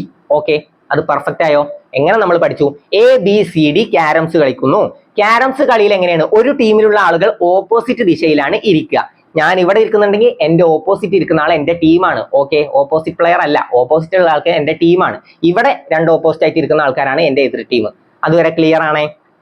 പിന്നെ നമുക്ക് എന്ത് തന്നിട്ടുണ്ട്? എയും ബിയും ഒരു ടീമാണ്. ഓക്കെ, അതും നമുക്ക് പെർഫെക്റ്റ് ആയി കിട്ടി. അപ്പൊ എനും ബിനെ അവിടെ നിന്ന് ഒഴിവാക്കിക്കോ. കാരണം നമുക്ക് ഇവിടെ തന്നിട്ടുള്ളത് ആരാണ്? ഡി ആണ്. ഡി എങ്ങോട്ട് തിരിഞ്ഞിരിക്കുന്നു? ഡി വടക്കോട്ട് തിരിഞ്ഞിരിക്കുന്നു. വടക്ക് മുമ്പോട്ടല്ലേ? അപ്പൊ തെക്കോട്ട് തിരിഞ്ഞിരിക്കുന്നത് ആരാണ്? ഇതിന്റെ ഓപ്പോസിറ്റ് ആരാണ് ഉണ്ടാവുക? ഡിയുടെ ടീമിൽ ആരാണോ അത് മാത്രം മനസ്സിലാക്കിയാൽ മതി. ഡിയുടെ ടീമിൽ അപ്പൊ ആരുണ്ടാവുക? എയും ബിയും ടീമാണെങ്കിൽ ഡിയുടെ ടീമിൽ ആരുണ്ടാവുക? ആരാണ്? സി ആണ്. സി തെക്കോട്ട് തിരിഞ്ഞിരിക്കുന്നു. ഡി വടത്തോട്ടും സി തെക്കോട്ടും. കിട്ടിയല്ലോ? ഡി വടക്കോട്ടും സി തെക്കോട്ടും. ക്ലിയർ ആയല്ലോ? ഡി എത്രയാണ്? ഡി അങ്ങോട്ട് വടക്കോട്ടും സി ഇങ്ങോട്ട് തെക്കോട്ടും. അപ്പൊ ഉത്തരം ആരാണ്? സി ആണ്. ഓപ്ഷൻ സി ആണ് നമ്മുടെ ഉത്തരം. ക്ലിയർ ആയി എന്ന് തന്നെ വിചാരിക്കുന്നു. അപ്പൊ നമുക്ക് അടുത്ത ഭാഗത്തിലേക്ക് പോവാം. ഒരാൾ വടക്കു ദിശയിലേക്ക് 2 കിലോമീറ്റർ നടന്ന ശേഷം വലതുവശം തിരിഞ്ഞ് 2 കിലോമീറ്റർ നടക്കുകയും വീണ്ടും വലത് തിരിഞ്ഞ് 3 കിലോമീറ്റർ നടക്കുന്നുവെങ്കിൽ അദ്ദേഹത്തിന്റെ ഇപ്പോഴത്തെ ദിശ ഏത്? ഒരാൾ വടക്കു ദിശയിലേക്ക് 2 കിലോമീറ്റർ നടക്കുന്നു. വടക്കു ദിശയിലേക്ക് 2 കിലോമീറ്റർ നടന്ന ശേഷം 2 കിലോമീറ്റർ നടന്ന ശേഷം വലതു തിരിഞ്ഞ് 2 കിലോമീറ്റർ നടക്കുകയും, ഇങ്ങോട്ടല്ലേ വലത്, അയാൾ ഇങ്ങനെ നടക്കണമെങ്കിൽ ഇതാണ് അയാളുടെ വലത്. 2 കിലോമീറ്റർ നടക്കുകയും, ഇവിടെ കിലോമീറ്റർ ഒന്നും നമ്മൾ നോക്കണ്ട, വീണ്ടും വലത് തിരിഞ്ഞ് 3 കിലോമീറ്റർ നടക്കുന്നുവെങ്കിൽ അദ്ദേഹത്തിന്റെ ഇപ്പോഴത്തെ ദിശ ഏത്? ഇപ്പൊ അയാൾ ഈ ദിശയിലൂടെ അല്ലേ പോയിക്കൊണ്ടിരിക്കുന്നത്, എങ്ങോട്ടാണ് പോണത്? അപ്പൊ ഇത് ഏത് ദിശയാണ്? അയാൾ വടക്കോട്ട് എങ്ങോട്ട് പോയി എന്ന് നമ്മൾ പഠിച്ചു. ഇത് വടക്കാണെങ്കിൽ ഇത് ഏതാണ്? ഇത് തെക്കാണ്. ഇങ്ങോട്ടുള്ളത് തെക്കാണ്. ഓപ്ഷൻ ബി ആണ് നമ്മുടെ ഉത്തരം. ക്ലിയർ ആയല്ലോ? ഒന്നും കൂടി ആ ക്വസ്റ്റ്യൻ നോക്കാം. ഒരാൾ വടക്കു ദിശയിലേക്ക് 2 കിലോമീറ്റർ നടന്ന ശേഷം, അപ്പൊ എങ്ങോട്ടാണ് വടക്ക്? നമ്മൾ പറഞ്ഞു മുമ്പോട്ടാണ്. വാടാ മുമ്പോട്ട്, ക്ലിയർ ആയിട്ട് വരക്കണം. മുമ്പോട്ട് വടക്കോട്ട് 2 കിലോമീറ്റർ നടന്ന ശേഷം പിന്നെന്താണ്? വലതുവശം തിരിഞ്ഞ് 2 കിലോമീറ്റർ നടക്കുന്നു. പിന്നെയും വലതുവശം തിരിഞ്ഞ് 3 കിലോമീറ്റർ നടക്കുന്നു. ഇപ്പൊ അയാൾ ഈ സൈഡിലേക്കല്ലേ നടക്കുന്നത്? മുമ്പ് ഇവിടുന്ന് തുടങ്ങിയപ്പോ നമ്മൾ എന്ത് പറഞ്ഞു? ഇത് വടക്കാണ് എന്ന് പറഞ്ഞു. വടക്ക്. ഓക്കെ, അപ്പൊ ഇത് ഏതാവും? ഇത് തെക്കാണ്. ഓക്കെ, അതുവരെ ക്ലിയർ അല്ലേ? ഇത് തെക്ക്. അത് ക്ലിയർ ആണല്ലോ? അപ്പൊ ഇങ്ങോട്ട് തിരിഞ്ഞ് നടക്കുമ്പോൾ അയാൾ ഇപ്പൊ എങ്ങോട്ടാണ് തിരിയുന്നത്? തെക്കാണ്. ഓക്കെ, സെറ്റ് അല്ലേ? അപ്പൊ നമുക്ക് അടുത്ത് നോക്കാം. അടുത്തത് ഭരണഘടനയുടെ ഭാഗങ്ങൾ. നമ്മൾ ഭരണഘടന നിർമ്മാണ സമിതിയൊക്കെ പഠിച്ചതാണ് അല്ലേ? ഭരണഘടന എപ്പോഴാണ് ഭരണഘടന നിലവിൽ വന്നത്? ഭരണഘടന നിലവിൽ വന്നത് എപ്പോഴാന്ന് ചോദിച്ചാൽ അത് 1950 ജനുവരി 26-നാണ്. ഭരണഘടന അംഗീകരിച്ചത് എപ്പോഴാന്ന് ചോദിച്ചാൽ 1949 നവംബർ 26-നാണ്. ഈ നവംബർ 26 എന്തറിയപ്പെടുന്നത്? ഭരണഘടനാ ദിനം, നിയമദിനം എന്നെല്ലാം അറിയപ്പെടുന്നത് നവംബർ 26. എപ്പോഴാണ്? നവംബർ 26. 1949 നവംബർ 26 ഭരണഘടന അംഗീകരിക്കുകയും 1950 ജനുവരി 26 ഭരണഘടന നിലവിൽ വരികയും ചെയ്തു. അതുവരെ ക്ലിയർ ആണല്ലോ? പിന്നെ എത്ര ദിവസം കൊണ്ടാണ് ഭരണഘടന രൂപീകരിക്കപ്പെട്ടത്? 2 വർഷം 11 മാസം 17 ദിവസം. എത്രയാണ്? 2 വർഷം 11 മാസം 17 ദിവസം. അതും നമുക്ക് ക്ലിയർ ആണല്ലോ? ഇനി ഭരണഘടനാ നിർമ്മാണ സമിതിയിൽ എത്ര മലയാളികൾ ഉണ്ടായിരുന്നു? 17 മലയാളികളും 17 വനിതകളും ആദ്യം ഉണ്ടായിരുന്നു. പിന്നെ വിഭജനത്തിന് ശേഷം 15 വനിതകളായി കുറഞ്ഞു. അത് ഓക്കെ ആണല്ലോ? അതും ക്ലിയർ അല്ലേ? 17 മലയാളികളാണ് ഉണ്ടായിരുന്നത്. അതിൽ 3 ആള് വനിതകളല്ലേ? ഏതൊക്കെയാണ് ആ 3 വനിതകൾ? അമ്മു സ്വാമിനാഥൻ, ദാക്ഷായണി വേലായുധൻ, ആനി മസ്ക്രീൻ. ക്ലിയർ അല്ലേ? അമ്മു സ്വാമിനാഥൻ, ദാക്ഷായണി വേലായുധൻ, ആനി മസ്ക്രീൻ എന്നിവരാണ് ആ 3 വനിതകൾ. 3 മലയാളി വനിതകൾ ആരൊക്കെയാണ്? അമ്മു സ്വാമിനാഥൻ, ദാക്ഷായണി വേലായുധൻ, ആനി മസ്ക്രീൻ. ഇന്ത്യക്ക് ഒരു ഭരണഘടന വേണമെന്ന് ആദ്യം ആവശ്യപ്പെട്ട വ്യക്തി ആരാണ്? മനം നൊന്തിട്ട് ആരോ പറഞ്ഞില്ലേ? മനം നൊന്ത്, MN, മനം നൊന്ത്.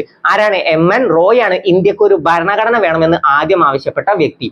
ഇന്ത്യക്ക് ഒരു ഭരണഘടന വേണമെന്ന് ആദ്യം ആവശ്യപ്പെട്ട പാർട്ടി ഏതാണ്? അത് സ്വരാജ് പാർട്ടിയാണ് അല്ലെ?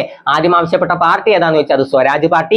INC ആവശ്യപ്പെട്ടത് എപ്പോഴാന്ന് ചോദിച്ചാൽ 1937 ഫൈസാപൂർ സമ്മേളനം, ആദ്യത്തെ ഗ്രാമ സമ്മേളനം. ഓക്കെ, INC ആവശ്യപ്പെട്ടത് എപ്പോഴാണ്? 1937 ഫൈസാപൂർ സമ്മേളനം. അതുവരെ ക്ലിയർ അല്ലേ? ഇനി നമുക്ക് ഭരണഘടനയുടെ ഭാഗങ്ങൾ നോക്കാം. ഭാഗം 1 എന്താണ്? യൂണിയനും ഭൂപ്രദേശവും. ഭാഗം 1 ആദ്യം എന്ത് വേണം? ആദ്യം ഒരു യൂണിയനും അതിന്റെ ഒരു പ്രദേശവും വേണം. ഓക്കെ, അപ്പൊ ഭാഗം 1 കിട്ടിയേ. ഭരണഘടനയുടെ ഭാഗങ്ങൾ. ഭാഗം 1 ഏതാണ്? യൂണിയനും ഭൂപ്രദേശവും, കേന്ദ്രവും അധികാര പ്രദേശങ്ങളും. ഓക്കെ, യൂണിയനും ഭൂപ്രദേശവും ഭാഗം 1 അതാണ് കിട്ടിയേ. അപ്പൊ ഭാഗം 2 എന്താണ്? ഭാഗം 2 പൗരത്വമാണ്. ഭാഗം 2 എന്താണ്? പൗരത്വം. ഇവിടെയുള്ള ആൾക്കാർക്കൊക്കെ പൗരത്വം വേണ്ടേ? അങ്ങനെ ആലോചിച്ചാൽ പറയാം. അപ്പൊ ആദ്യം എന്ത് വേണം? ആദ്യം ഒരു പ്രദേശം വേണം. അപ്പൊ ആദ്യം യൂണിയനും ഭൂപ്രദേശവും, അത് കഴിഞ്ഞ് അവിടെയുള്ള ആൾക്കാർക്കൊക്കെ പൗരത്വം വേണം. ഓക്കെ, അതും ക്ലിയർ അല്ലേ? അപ്പൊ 2 എന്താണ്? 2 പൗരത്വം. 3 എന്താന്ന് ചോദിച്ചാൽ മൗലിക അവകാശങ്ങൾ. മറക്കരുതേ, 3 മൗലിക അവകാശങ്ങളാണ്. ഓക്കെ, 3 എന്താണ്? മൗലിക അവകാശങ്ങളാണ്. 3 എന്താണ്? ഭരണഘടനാ ഭാഗം 3 എന്തിനെ കുറിച്ചാണ് പ്രതിപാദിച്ചിരിക്കുന്നത് എന്ന് ചോദിച്ചാൽ എന്താണ്? അത് മൗലിക അവകാശങ്ങളാണ് അല്ലെ? ഏതാണ്? മൗലിക അവകാശങ്ങൾ. സെറ്റ് അല്ലേ? ഭാഗം 3 മൗലിക അവകാശങ്ങൾ. ഭാഗം 1 എന്താണ്? ഏതാണ്? യൂണിയനും ഭൂപ്രദേശവും. അത് ക്ലിയർ അല്ലേ? 2 പൗരത്വം. 2 മുതൽ നല്ല പെർഫെക്റ്റ് ആയിട്ട് പഠിച്ചോ. 2 ഏതാണ്? 2 പൗരത്വം. 2 പൗരത്വം അല്ലേ? ആർട്ടിക്കിൾ എത്ര തൊട്ട് എത്ര വരെയാണ്? 5 മുതൽ 11 വരെയാണ് അല്ലേ? ഭാഗം 2 ആർട്ടിക്കിൾ 5 മുതൽ 11 വരെയാണ് പൗരത്വത്തെ കുറിച്ച് പറയുന്നത്. ഓക്കെ, ഭാഗം 2 5 മുതൽ 11 വരെയാണ് പൗരത്വത്തെ കുറിച്ച് പറയുന്നത്. ക്ലിയർ അല്ലേ? ഭാഗം 3 മൗലിക അവകാശങ്ങൾ 12 മുതൽ 35 വരെ. ആർട്ടിക്കിൾ 12 മുതൽ 35 വരെയാണ് മൗലിക അവകാശങ്ങളെ കുറിച്ച് പറയുന്നത്. അപ്പൊ ഭാഗം 3 കിട്ടിയേ. ഭാഗം 1 യൂണിയനും അധികാരപരിധിയും അല്ലെ? യൂണിയനും ഭൂപ്രദേശവും. അത് ക്ലിയർ അല്ലേ? 1 അവിടെ ഇരിക്കട്ടെ, ബാക്കിയൊക്കെ നമുക്ക് പെർഫെക്റ്റ് ആയി പഠിക്കാം. 2 എന്താണ്? 2 പൗരത്വം. 1 നമുക്ക് ആലോചിച്ചാൽ കിട്ടാനുള്ളൂ, അതുകൊണ്ട് അത് പിന്നെ റിപ്പീറ്റ് ചെയ്യണ്ട. 2 നമുക്ക് കിട്ടണം. 2 അവിടെ ഉള്ള ആൾക്കാർക്കൊക്കെ എന്ത് വേണം? പൗരത്വം വേണം. ഓക്കെ, 3 അവിടുത്തെ ആൾക്കാർക്ക്, ആ പൗരന്മാർക്കൊക്കെ മൗലിക അവകാശങ്ങൾ വേണം. ഓക്കെ, 3 മൗലിക അവകാശമാണ്, അത് മറന്നു പോരുത്. 3 മൗലിക അവകാശം. 3 മൗലിക അവകാശം. ആർട്ടിക്കിൾ എത്രയാണ്? 12 മുതൽ 35 വരെയാണ്. ഓക്കെ, 12 മുതൽ 35 വരെയാണ് ആർട്ടിക്കിൾ. ആർട്ടിക്കിൾ 12 മുതൽ 35 വരെ എന്തിനെ കുറിച്ചാണ് പറയുന്നത്? ഏതാണ്? മൗലിക അവകാശങ്ങൾ. ഓക്കെ, മൗലിക അവകാശങ്ങൾ. ആരാണ് മൗലിക അവകാശങ്ങളുടെ സംരക്ഷകൻ? മൗലിക അവകാശങ്ങളുടെ സംരക്ഷകൻ എന്നറിയപ്പെടുന്നത് ആരാന്ന് ചോദിച്ചാൽ അത് സുപ്രീം കോടതിയാണ്. ഓക്കെ, മൗലിക അവകാശങ്ങളുടെ സംരക്ഷകൻ ആരാണ്? അത് സുപ്രീം കോടതിയാണ്. മറക്കൂലല്ലോ. മൗലിക അവകാശങ്ങളുടെ സംരക്ഷകൻ ആരാന്ന് ചോദിച്ചാൽ അത് സുപ്രീം കോടതിയാണ്. മൗലിക അവകാശങ്ങളുടെ ശില്പി ആരാന്ന് ചോദിച്ചാൽ അത് സർദാർ വല്ലഭായ് പട്ടേലാണ് അല്ലെ? ഇന്ത്യയുടെ ഉരുക്കു മനുഷ്യൻ എന്നറിയപ്പെടുന്നത് ആരാണ്? സർദാർ വല്ലഭായ് പട്ടേലാണ്. അപ്പൊ മൗലിക അവകാശങ്ങളുടെ ശില്പി ആരാണ്? മൗലിക അവകാശങ്ങളുടെ ശില്പി ആരാന്ന് ചോദിച്ചാൽ അത് സർദാർ വല്ലഭായ് പട്ടേൽ. മൗലിക അവകാശങ്ങളുടെ സംരക്ഷകൻ ആരാന്ന് ചോദിച്ചാൽ അത് സുപ്രീം കോടതി. മൗലിക അവകാശങ്ങളെ കുറിച്ച് പറയുന്ന ഭാഗം ഏതാണ്? ഭാഗം 3. ഭാഗം 2 എന്താണ്? ഭാഗം 2 പൗരത്വം. 5 മുതൽ 11 വരെയുള്ള ആർട്ടിക്കിൾ ആണ് ഭാഗം 2. അപ്പൊ ഭാഗം 2 പൗരത്വം 5 മുതൽ 11 വരെ. ഭാഗം 3 12 മുതൽ 35 വരെയുള്ള ആർട്ടിക്കിളും ഏതിനെ കുറിച്ചാണ് പറയുന്നത്? മൗലിക അവകാശം. അതുവരെ സെറ്റ് അല്ലേ? പെർഫെക്റ്റ് അല്ലേ? അപ്പൊ അടുത്തേക്ക് പോവാം. ഭാഗം 4 മാർഗനിർദ്ദേശക തത്വങ്ങൾ. എത്രയാണ്? 36 മുതൽ 51 വരെ. ആർട്ടിക്കിൾ 36 മുതൽ 51 വരെ. അപ്പൊ ഭാഗം 1 അവിടെ ഇരിക്കട്ടെ. ഭാഗം 2 ഏതാണ്? ഭാഗം 2 പൗരത്വം. ഭാഗം 3 മൗലികാവകാശങ്ങൾ. ഭാഗം 4 മാർഗനിർദ്ദേശക തത്വങ്ങൾ. ഓക്കെ, ഭാഗം 4 ഏതാണ്? മാർഗനിർദ്ദേശക തത്വങ്ങൾ. അതുവരെ ക്ലിയർ ആണ്. ഭാഗം 3 മൗലികാവകാശം, ഭാഗം 4 മാർഗനിർദ്ദേശക തത്വം. ഭാഗം 3 ഏതാണ്? ഭാഗം 3 മൗലികാവകാശം, ഭാഗം 4 മാർഗനിർദ്ദേശക തത്വങ്ങൾ. ഭാഗം 4 കഴിഞ്ഞാൽ ഭാഗം 4A ആണ് കേട്ടോ. ഭാഗം 4 കഴിഞ്ഞാൽ ഏതാണ്? ഭാഗം 4A ആണ്. അതും ക്ലിയർ അല്ലേ? ഭാഗം 4A ഏതാണ്? ഭാഗം 4A മൗലിക കടമകളാണ്. ഓക്കെ, ഭാഗം 4A 51A. ഓക്കെ, അതും ക്ലിയർ ആണല്ലോ. അപ്പൊ ഭാഗം 2 ഏതാണ്? പൗരത്വം. ഭാഗം 2 ഏതാണ്? പൗരത്വം. ഭാഗം 2 ഏതാണ്? പൗരത്വം. എത്ര തൊട്ടിട്ടാണ്? ആർട്ടിക്കിൾ 5 മുതൽ 11 വരെയാണ്. പിന്നെ ഏത് പഠിച്ചു? മൗലിക അവകാശങ്ങൾ. മൗലിക അവകാശങ്ങൾ ഭാഗം 3 അല്ലേ? ആർട്ടിക്കിൾ എത്രയാണ്? 12 മുതൽ 35 വരെയുള്ള ആർട്ടിക്കിൾ മൗലിക അവകാശങ്ങൾ. പിന്നെ നമ്മൾ എന്ത് പഠിച്ചു? 35 കഴിഞ്ഞ ഏതാണ്? 36 മുതൽ 51 വരെയുള്ള ആർട്ടിക്കിൾ. ഏത് ഭാഗം? 4-ാം ഭാഗം. ഏതാണ്? മാർഗനിർദ്ദേശക തത്വങ്ങൾ. ഓക്കെ, അത് കഴിഞ്ഞ ഏതാണ്? ഭാഗം 4A ഏതാണെന്ന് ചോദിച്ചാൽ മൗലിക കടമകൾ. Article 51A. ഓക്കെ, മൗലിക കടമകൾ ആർട്ടിക്കിൾ 51A. അതുവരെ സെറ്റ് അല്ലേ? പെർഫെക്റ്റ് അല്ലേ? അപ്പൊ ഭാഗം 2 പൗരത്വം, ഭാഗം 3 മൗലികാവകാശങ്ങൾ, ഭാഗം 4 മാർഗനിർദ്ദേശക തത്വങ്ങൾ, ഭാഗം 4A ഏതാന്ന് ചോദിച്ചാൽ അത് മൗലിക കടമകൾ. ഓക്കെ, ഇനി നമുക്ക് കുറച്ച് ഇമ്പോർട്ടന്റ് ആയിട്ടുള്ള സാധനങ്ങളും കൂടി പഠിക്കാം. ഭാഗം 8. ഭാഗം 8 ഏതാണ്? കേന്ദ്ര ഭരണ പ്രദേശങ്ങൾ. കേന്ദ്രഭരണ പ്രദേശങ്ങളാണ്. ഓക്കെ, കേന്ദ്രഭരണ പ്രദേശങ്ങൾ ഏതാണ്? ഭാഗം 8 ആണ് കേട്ടോ. ഭാഗം 8 കേന്ദ്രഭരണ പ്രദേശങ്ങൾ. ഭാഗം 9 പഞ്ചായത്തുകൾ. ഓക്കെ, ഭാഗം 9 പഞ്ചായത്തുകളാണ്. ഭാഗം 15 ആണ് തെരഞ്ഞെടുപ്പ്. ഓക്കെ, ഭാഗം 15 തെരഞ്ഞെടുപ്പ്. ഭാഗം 18 ആണ് അടിയന്തരാവസ്ഥ. ഭാഗം 20 ആണ് ഭേദഗതി അല്ലെ? ഭാഗം 18 അടിയന്തരാവസ്ഥ, ഭാഗം 20 ഭരണഘടനാ ഭേദഗതി. ഓക്കെ, ഭരണഘടനാ ഭേദഗതി. അപ്പൊ ഭാഗം 20 കിട്ടിയേ ഭരണഘടനാ ഭേദഗതിയാണ്. ഭാഗം 18 അടിയന്തരാവസ്ഥ, ഭാഗം 15 തെരഞ്ഞെടുപ്പ്. ഓക്കെ, പിന്നെ നമ്മൾ ഏതൊക്കെ പഠിച്ചു? ഭാഗം 9 പഞ്ചായത്തുകളാണ്. ഭാഗം 8 കേന്ദ്ര ഭരണ പ്രദേശങ്ങളാണ്. പിന്നെ നമ്മൾ ഇത് പഠിച്ചു. ഭാഗം 4 മറക്കരുത്, മൗലിക കടമകളാണ്. ഇനി ഒന്നും കൂടി റിപ്പീറ്റ് ചെയ്ത് വരാം. ഓക്കെ, കേന്ദ്രവും ഭൂപ്രകൃതിയും അല്ലെ, യൂണിയനും ഭൂപ്രകൃതിയാണ് ഭാഗം 1. പിന്നെ അവിടെ കുറച്ച് പൗരന്മാരുണ്ട് അല്ലെ, അവിടെ പൗരന്മാര്. അപ്പൊ രണ്ടാമത് ആരാവും? ഭാഗം 2 പൗരത്വം, ഭാഗം 3 മൗലിക അവകാശങ്ങൾ, ഭാഗം 4 ഏതാന്ന് ചോദിച്ചാൽ മാർഗനിർദ്ദേശക തത്വങ്ങൾ, ഭാഗം 4A. ഭാഗം 4 കഴിഞ്ഞാൽ ഭാഗം 5 അല്ല, ഭാഗം 4A ഏതിനെ കുറിച്ച് പറയുന്നു എന്ന് ചോദിച്ചാൽ അത് മൗലിക കടമകളാണ്. ഇനി ഇത് മാറിപ്പോയില്ലല്ലോ, ചോദ്യം വന്നാൽ കിട്ടില്ലേ? ഭാഗം 4A ഏതിനെ കുറിച്ചാണ് പ്രസ്താവിക്കുന്നത് അല്ലെങ്കിൽ പ്രതിപാദിക്കുന്നത് എന്ന് വെച്ചാൽ എന്തിനെ കുറിച്ചാണ് പ്രതിപാദിക്കുന്നത്? എന്തിനാണ്? മൗലിക കടമകൾ. ഭാഗം 4A മൗലിക കടമകൾ, ഭാഗം 4 മാർഗനിർദ്ദേശക തത്വങ്ങൾ, ഭാഗം 3 മൗലിക അവകാശങ്ങൾ. മൗലിക അവകാശങ്ങളുടെ സംരക്ഷകൻ ആരാ? സുപ്രീം കോടതി. മൗലിക അവകാശങ്ങളുടെ ശില്പി ആരാന്ന് ചോദിച്ചാൽ സർദാർ വല്ലഭായ് പട്ടേൽ. ഓക്കെ, ഇനി ആർട്ടിക്കിളുകൾ നോക്കാം. പൗരത്വത്തിനെ കുറിച്ച് പ്രതിപാദിക്കുന്ന ആർട്ടിക്കിൾ എത്രയാണ്? 5 മുതൽ 11 വരെയാണ് അല്ലെ. അത് കഴിഞ്ഞ് മൗലിക അവകാശം ഭാഗം 3 12 മുതൽ 35 വരെ. പിന്നെ നമ്മൾ ഏത് പഠിച്ചു? മാർഗനിർദ്ദേശക തത്വങ്ങൾ. ഓക്കെ, 36 മുതൽ 51 വരെ. പിന്നെ മൗലിക കടമകൾ ഭാഗം 4A എത്രയാണ്? 51A. മൗലിക കടമകൾ സിമ്പിൾ ആണ്. 4A 51A എന്ന് മാത്രം ആലോചിച്ചാൽ മതി, മൗലിക കടമകൾ. ഓക്കെ, പിന്നെ നമ്മൾ ഏത് പഠിച്ചു? ഭാഗം 8 ഏതാണ്? കേന്ദ്രഭരണ പ്രദേശങ്ങളാണ്. ഭാഗം 9 ഏതാണ്? പഞ്ചായത്തുകളാണ്. ഓക്കെ, ഭാഗം 15 ഏതാണ്? തിരഞ്ഞെടുപ്പ്. ഭാഗം 18 അടിയന്തരാവസ്ഥ. ഭാഗം 20 ഭരണഘടന ഭേദഗതി. അതുവരെ പെർഫെക്റ്റ് അല്ലേ? സെറ്റ് അല്ലേ? ഓക്കെ അല്ലേ? അപ്പൊ നമുക്ക് അടുത്ത ഭാഗത്തിലേക്ക് പോകും. അടുത്ത നമുക്ക് വൈറസ് രോഗങ്ങൾ പഠിക്കാം. ഏതാണ്? വൈറസ് രോഗങ്ങൾ. ആദ്യം നമുക്കൊരു കോഡ് പഠിച്ചു വെക്കാം. ഡിവൈഎസ്പിക്ക് ജലദോഷം. ഓക്കെ, എന്താണ്? ഡിവൈഎസ്പിക്ക് ജലദോഷം. ഡിവൈഎസ്പിക്ക് ജലദോഷം ആണെങ്കിൽ എനിക്കെന്താ? അത് ആലോചിച്ച് നോക്കണ്ട, നിങ്ങൾ ഈ കോഡൊന്ന് ആലോചിച്ച് നോക്കൂ. ഡിവൈഎസ്പിക്ക് ജലദോഷം കിട്ടിയോ? ഡിവൈഎസ്പിക്ക് ജലദോഷം. മച്ചെമ്പി. മച്ചമ്പി എന്ന് പഠിച്ചു വെക്കരുത്, മച്ചെമ്പി. കാരണം സ്പെല്ലിംഗ് അങ്ങനെയല്ലേ കൊടുത്തുള്ളത്. മച്ചെമ്പിക്ക് റുബല്ലയും ജപ്പാൻ ചുമയും. ഓക്കെ, ജപ്പാൻ ജ്വരവും. ഓക്കെ, എന്തൊക്കെയാണ്? ഡിവൈഎസ്പിക്ക് ജലദോഷം, മച്ചെമ്പിക്ക് റുബല്ലയും ജപ്പാൻ ചുമയും അല്ലെങ്കിൽ ജപ്പാൻ ജ്വരവും. അതെങ്ങനെ വെച്ചാൽ പഠിച്ചു വെച്ചോ. ഓക്കെ, ഡിവൈഎസ്പിക്ക് ജലദോഷം, മച്ചെമ്പിക്ക് റുബല്ലയും ജപ്പാൻ ജ്വരവും. ഓക്കെ ആണല്ലോ. ഡിവൈഎസ്പിക്ക് ജലദോഷം. ഓക്കെ, മച്ചെമ്പിക്ക് റുബല്ലയും ജപ്പാൻ ജ്വരവും. അതുവരെ ക്ലിയർ അല്ലേ? ഇനി ആ ഡി എന്താണ്? ഡി ഡെങ്കിപ്പനിയാണ്. ഡി എന്താണ്? ഡി ഡെങ്കിപ്പനി. വൈ എന്താന്ന് ചോദിച്ചാൽ യെല്ലോ ഫീവർ. ഡി എന്താണ്? ഡി ഡെങ്കിപ്പനി. വൈ എന്താന്ന് ചോദിച്ചാൽ യെല്ലോ ഫീവർ. എസ് എന്താന്ന് ചോദിച്ചാൽ അത് സാൾസ് അല്ലേ? എസ് സാൾസും സ്മാൾ പോക്സും. Okay, S SARS small pox. അപ്പൊ ഡി എന്താണ്? ഡി ഡെങ്കിപ്പനി. വൈ എന്താന്ന് ചോദിച്ചാൽ യെല്ലോ ഫീവർ. എസ് എന്താണ്? സാൾസും സ്മാൾ പോക്സും. പി എന്താണ്? Polio virus. പി എന്താണ്? പോളിയോ വൈറസ് ആണ്. പിന്നെന്താണ്? ഡിവൈഎസ്പിക്ക് ജലദോഷമാണ്. ജലദോഷം എന്താണ്? ജലദോഷം ഒരു വൈറസ് രോഗമാണ്. അപ്പോ അതുവരെ കിട്ടിയല്ലോ. പോളിയോ വൈറസ് രോഗമാണെന്ന് കിട്ടാൻ വലിയ ബുദ്ധിയൊന്നും വേണ്ട. Polio virus, Nipah virus, corona virus, ഇതൊക്കെ അതിൽ തന്നെ വൈറസ് ഉണ്ട്. എന്നിട്ട് അത് ബാക്ടീരിയ രോഗം എഴുതി വെച്ചാൽ അത്ര ബുദ്ധി ഉണ്ടെന്നാണ് അതിനർത്ഥം. ഓക്കെ, അപ്പൊ പോളിയോ വൈറസ് രോഗമാണ്. പിന്നെ ഏതാണ്? നിപ്പ വൈറസ് ഒരു വൈറസ് രോഗമാണ്. കൊറോണ വൈറസ് ഒരു വൈറസ് രോഗമാണ്. അപ്പൊ അത് മൂന്നും പെർഫെക്റ്റ് ആയിട്ട് കിട്ടുവേ. അപ്പൊ ഡിവൈഎസ്പി പഠിച്ചേ ഡെങ്കിപ്പനി, യെല്ലോ ഫീവർ, എസ് സാൾസും സ്മാൾ പോക്സും, പി എന്താണ്? Polio virus. ഡിവൈഎസ്പിക്ക് ജലദോഷം. ജലദോഷവും എന്ത് രോഗമാണ്? വൈറസ് രോഗമാണ്. പിന്നെ മച്ചമ്പി. എം എന്താണ്? മംസ് അഥവാ മുണ്ടിനീര്. ഓക്കെ, മംസ് അഥവാ മുണ്ടിനീര്. എം എന്താണ്? മംസ്. എ എന്താണ്? എയ്ഡ്സ്. ഓക്കെ, എയ്ഡ്സും അരിമ്പാറയുമാണ് എ.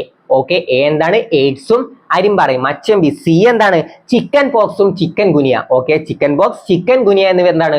വൈറസ് രോഗമാണ്. ചിക്കൻ പോക്സും ചിക്കൻ ഗുനിയയും വൈറസ് രോഗമാണ്. ഓക്കെ, ഡിവൈഎസ്പിക്ക് ജലദോഷം, മച്ചമ്പി. സി കഴിഞ്ഞു. എച്ച് എന്താണ്? ഹെപ്പറ്റൈറ്റിസ്. ഓക്കെ, ഹെപ്പറ്റൈറ്റിസ് ആണ് എച്ച്. അത് കഴിഞ്ഞാൽ ഇ എന്താണ്? E Ebola. ഇ എന്താണ്? എബോള. ഓക്കെ, ഇതൊക്കെ വൈറസ് രോഗങ്ങളാണ്. പിന്നെ മീസിൽസ്, 5ാം പനി അല്ലെ. പ്രധാനപ്പെട്ട എല്ലാ പനികളും വൈറസ് രോഗങ്ങളാണ്. ഒരു പനി ഒഴികെ, ഒരു പ്രധാനപ്പെട്ട പനി ഒഴികെ മറ്റെല്ലാം വൈറസ് രോഗങ്ങളാണ്. ഏതാണ് ആ പനി? ആ പനി മാത്രം ബാക്ടീരിയ രോഗമാണ്. ഏതാണ്? എലിപ്പനി. എലിപ്പനി ഒരു ബാക്ടീരിയ രോഗമാണ്. അപ്പൊ ബാക്കിയൊക്കെ ബാക്കി എല്ലാ പനികളും എങ്ങനെ കണക്ട് ചെയ്യണം? വൈറസ് രോഗങ്ങളാണ് കേട്ടോ. ഏതാണ്? വൈറസ് രോഗങ്ങളാണ്. അപ്പൊ മീസിൽസ് അഥവാ 5ാം പനി. ഓക്കെ, മച്ചെമ്പി.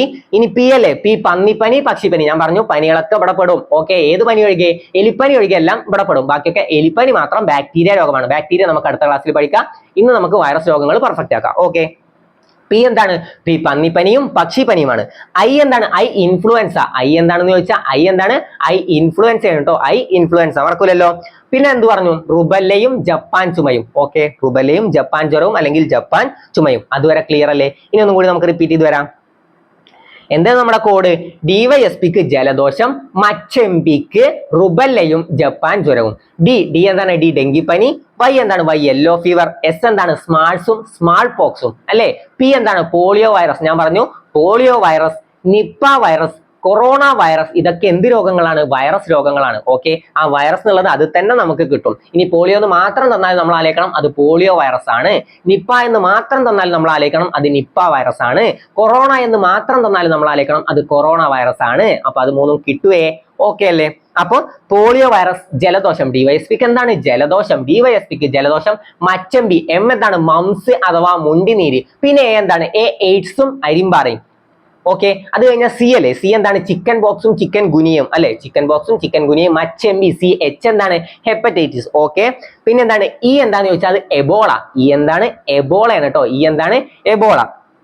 എം മീസിൽസ് അഥവാ അഞ്ചാം പനി. എം എന്താണ്? മീസിൽസ്, അഞ്ചാം പനി. ഞാൻ പറഞ്ഞു പ്രധാനപ്പെട്ട പനികളെല്ലാം നമ്മൾ ഏതിൽ പഠിക്കണം? വൈറസ് രോഗങ്ങളിൽ പഠിക്കണം, എലിപ്പനി ഒഴികെ. എലിപ്പനി എന്താണ്? എലിപ്പനി ഒരു ബാക്ടീരിയ രോഗമാണ്. ബാക്കിയൊക്കെ കിട്ടിയല്ലോ.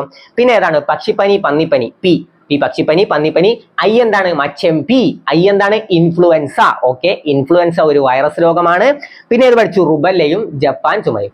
ഇനി അത് കിട്ടുവേ DYSP എന്നല്ലേ. അപ്പൊ വൈറസ്, DYSP വൈറസ് അങ്ങനെ ആലോചിച്ചാൽ മതി. അപ്പൊ ഈ കോഡ് എങ്ങനെ ആലോചിച്ചോന്ന് ആലോചിച്ചാൽ DYSP വൈറസ്. ഓക്കെ, അപ്പൊ DYSP നമ്മൾ പഠിച്ച ആ കോഡ് വൈറസ് രോഗങ്ങളാണ്. ഓക്കെ, ഡിവൈഎസ്പിക്ക് ജലദോഷം, മച്ചമ്പിക്ക് റുബല്ലയും ജപ്പാൻ ചുമയും. ഡി എന്താണ്? ഡി ഡെങ്കിപ്പനി. വൈ എന്താന്ന് ചോദിച്ചാൽ യെല്ലോ ഫീവർ അല്ലെ. Y yellow fever. എസ് എന്താണ്? സാൾസും സ്മാൾ പോക്സും. Okay, S. പി എന്താണ്? P polio virus. പിന്നെ നമ്മൾ ഏതൊക്കെ വൈറസ് പഠിച്ചു? Nipah virus, corona virus, polio virus. ഇതൊക്കെ ഏതാണ്? വൈറസ് രോഗങ്ങളാണ്. ഡിവൈഎസ്പിക്ക് എന്താണ്? ജലദോഷം. ജലദോഷം ഒരു വൈറസ് രോഗമാണ്. അതും മനസ്സിലാക്കി വെച്ചോ. ജലദോഷം എന്ത് രോഗമാണ്? ഒരു വൈറസ് രോഗമാണ്. മച്ചമ്പി, എം എന്താണ്? മംസ് അഥവാ മുണ്ടിനീര്. ഓക്കെ, മംസ് അഥവാ മുണ്ടിനീര്. എ എന്താണ്? എയ്ഡ്സ് അഥവാ അരിമ്പാറ. എയ്ഡ്സും അരിമ്പാറയും എ ആണ്. സി എന്താണ്? സി ചിക്കൻ ബോക്സും ചിക്കൻ ഗുനിയ. പിന്നെ സി കഴിഞ്ഞാൽ എച്ച് അല്ലേ. എച്ച് എന്താണ്? ഹെപ്പറ്റൈറ്റിസ്. പിന്നെ ഇ എന്താണ്? എബോള. എബോള. പിന്നെ എന്താണ്? എം. പിന്നെയുള്ള എം എന്താണ്? മംസ് കഴിഞ്ഞു. മീസിൽസ് അല്ലെ. മീസിൽസ് ഏതാണ്? അഞ്ചാം പനി. മീസിൽസ് അഥവാ അഞ്ചാം പനി. പിന്നെ ഏതാണ്? പി. പിന്നെ പക്ഷിപ്പനി, പന്നിപ്പനി. ഓക്കെ, പി എന്താണ്? പക്ഷിപ്പനി, പന്നിപ്പനി. പിന്നെ ഐ എന്താന്ന് ചോദിച്ചാൽ അത് ഇൻഫ്ലുവൻസ. പിന്നെ എന്താണ്? മച്ചമ്പിക്ക് റുബല്ല. റുബല്ലയും ജപ്പാൻ ചുമയും എന്താണ്? അത് വൈറസ് രോഗങ്ങളാണ്. അപ്പൊ ഇതുവരെ പെർഫെക്റ്റ് അല്ലേ? ഇതുവരെ ക്ലിയർ ആയല്ലോ. അപ്പൊ ഇന്ന് പഠിച്ച ഇത്രയും ഭാഗങ്ങൾ നിങ്ങൾക്ക് ക്ലിയർ ആയില്ലേ? നിങ്ങൾക്ക് പെർഫെക്റ്റ് ആയിട്ട് ക്ലിയർ ആയി എന്ന് തന്നെ വിചാരിക്കുന്നു. എല്ലാ ഭാഗങ്ങളും ഒന്നും കൂടി ഒന്ന് മനസ്സിൽ റിവൈസ് ചെയ്യുക. റിവൈസ് ചെയ്ത് പെർഫെക്റ്റ് ആക്കിയ ശേഷം മാത്രം അടുത്ത ഭാഗം കാണാം. അപ്പൊ ഇതുപോലുള്ള മറ്റൊരു വീഡിയോ ആയിട്ട് നമുക്ക് വീണ്ടും കാണാം. അതിനു മുമ്പ് ഈ വീഡിയോ കണ്ടിട്ട് നിങ്ങൾക്ക് ഉപകാരപ്പെട്ടു എന്ന് തോന്നുകയാണെങ്കിൽ മാത്രം ഈ ചാനൽ സബ്സ്ക്രൈബ് ചെയ്യുക. നിങ്ങളുടെ വിലയേറിയ അഭിപ്രായങ്ങൾ തീർച്ചയായും കമന്റായി രേഖപ്പെടുത്തുക. അപ്പൊ ഇതുപോലുള്ള മറ്റൊരു വീഡിയോ ആയിട്ട് നമുക്ക് വീണ്ടും കാണാം. താങ്ക്